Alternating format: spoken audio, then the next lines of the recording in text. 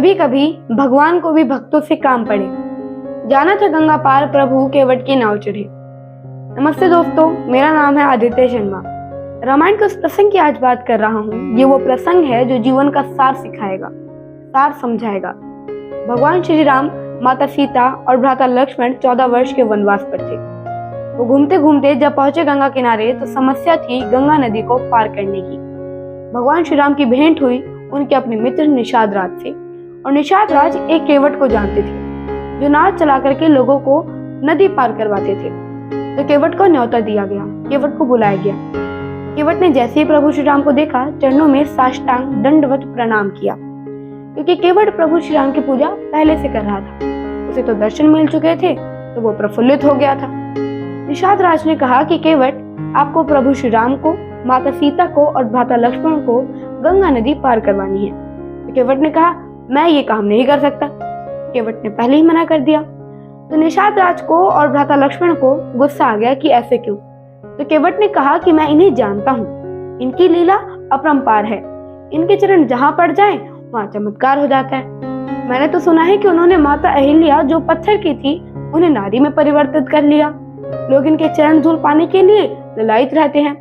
मैं सबसे पहले इनके चरण धुलवाऊंगा, उसके बाद इन्हें गंगा नदी पार करवा दूंगा, क्योंकि मुझे डर है कि कहीं इनके चरण पड़ते ही मेरी जो नाव है, इन्होंने तो पत्थर को नारी में बदल दिया था, मेरी नाव तो काठ की है, लकड़ी की है, मेरी नाव कहीं गायब ना हो जाए। तो कहते हैं केवट की छुअत सिला भई नारी सुहाई, पहनते ना काट कठिनाई, तरनियो मुनि घरिनी होई जाई, बाट परई मोरी नाव उड़ाई। मुझे डर है, आशंका है, इनके चरण छूते ही पत्थर की शिला सुंदरी हो गई, सुंदर स्त्री बन गई, मेरी नाव तो काठ की है। ऐसा ना हो कि मेरी नाव गायब हो जाए, ये मेरे लिए आजीविका का बस साधन है। गुस्सा आ रहा था भ्राता लक्ष्मण को, निषाद राज को, लेकिन प्रभु श्री राम केवट के सब भाव समझ रहे थे और उन्होंने कहा कि ठीक है, मैं आपकी बात मानने के लिए तैयार हूँ, आप हमारे चरण धुलवा लीजिए, उसके बाद हम नाव में बैठेंगे। इतना सुनते ही केवट ने अपनी पत्नी से कहा, एक पात्र में गंगा जल भर के लाइए। केवट प्रभु श्री राम के चरण धोने लगा। उसके बाद जो चरण कमल थे, जो चरणामृत था, उसे पीने लगा। उसने प्रभु को प्रणाम किया, उनकी आरती की। उसके बाद प्रभु श्री राम, माता सीता और भ्राता लक्ष्मण नाव में सवार हुए और खुशी खुशी केवट ने इन तीनों को गंगा नदी से उस पार छोड़ दिया।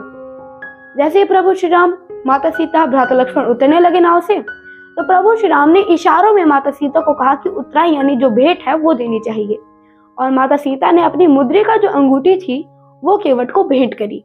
लेकिन तब केवट ने हाथ जोड़कर कहा, प्रभु क्षमा कीजिए, लेकिन ये सृष्टि का नियम है कि जो जैसा काम करता है, जो समान कार्य करते हैं, वो एक दूसरे से कोई पैसे नहीं लेते, कोई भेंट नहीं लेते। जो बाल काटने वाला है वो दूसरे बाल काटने वाले से कोई राशि नहीं लेता, कोई भार नहीं लेता। जो भोजन बनाने वाला है वो दूसरे भोजन बनाने वाले से कोई उपहार नहीं लेता, और आप और मैं तो समान कार्य करते हैं। तो प्रभु श्री राम ने कहा कि कैसे? भगवान थे लेकिन नर लीला रच रहे थे, इसलिए वही समान बुद्धि वाली तरकीब प्रश्न किया, कैसे?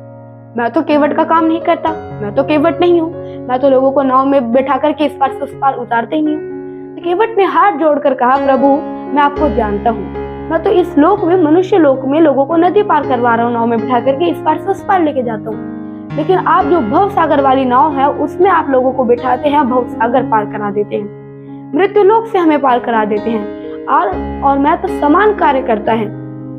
ये बात जब केवट ने कही तो केवट की बुद्धिमत्ता से प्रसन्न होकर के प्रभु श्री राम ने, भगवान ने केवट को मोक्ष प्रदान की।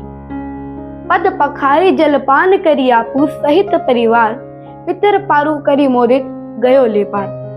कहने का मतलब ये है कि चरणों को धोकर के सारे परिवार सहित स्वयं और उस चरणामृत को पी करके अपने पितरों को भव सागर से पार करवाया, और आनंद पूर्वक केवट जो था वो प्रभु श्री राम को गंगा जी के पार ले गया। ये हम सबको पता है, लेकिन फिर भी हम भगवान से भौतिक वस्तुएं हैं उनकी मांग करते रहते हैं, उसी सुख दुख में खोए रहते हैं। केवट का ये प्रसंग आज हमें सिखाता है कि केवट भी चाहता तो वो अंगूठी स्वीकार कर सकता था, वो मुद्रिका रख सकता था, लेकिन उसने वो स्वीकार नहीं की, इसलिए प्रभु ने उसे मोक्ष प्रदान किया। आप और हम दिन रात प्रभु से लग्जरियस चीजें, मटेरियलिस्टिक चीजें मांगते रहते हैं, अगर उनका साथ मांग ले तो लाइफ चेंज हो जाए। बस यही सिखाते हैं ये प्रसंग। भक्ति की शक्ति समझना चाहते हैं तो ये 4 बातें सुनिए।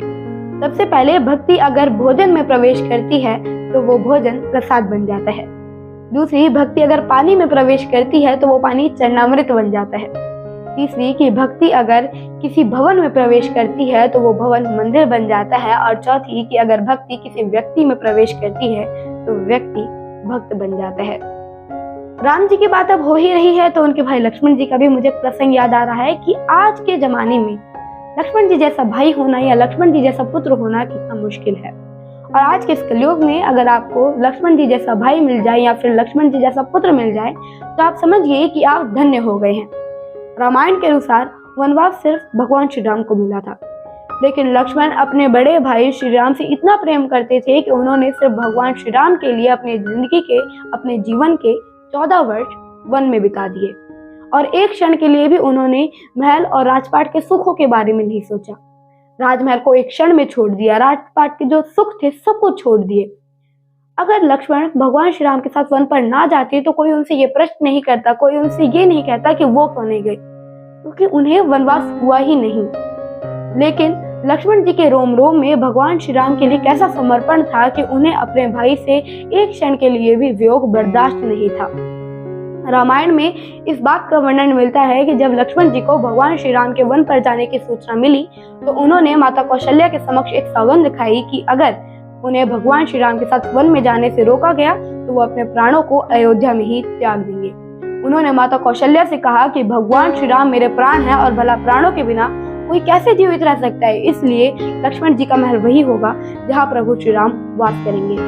लक्ष्मण के समर्पण से भगवान श्री राम परिचित थे, लेकिन वो ये भी जानते थे कि वनवास कष्टों से भरा होगा और वो कभी नहीं चाहते थे कि लक्ष्मण की वजह से उन्हें इन कष्टों को सहना पड़े। इसलिए भगवान राम ने ये निश्चय किया कि वो लक्ष्मण जी के बिना ही वनवास जाएंगे। लेकिन जब लक्ष्मण जी के नेत्र दुख से लाल हो गए, ओठ सूख गए, तो उन्होंने अपने सुध-बुध खो दिए। तब श्री राम को लक्ष्मण जी की अवस्था को देखकर विवश होना पड़ा और उन्होंने कहा कि वो धन्य है कि उन्हें लक्ष्मण जी जैसा भाई मिला। और इसी के बाद लक्ष्मण जी माता सीता और भ्राता लक्ष्मण के साथ सदैव 14 वर्ष के वनवास में रहे।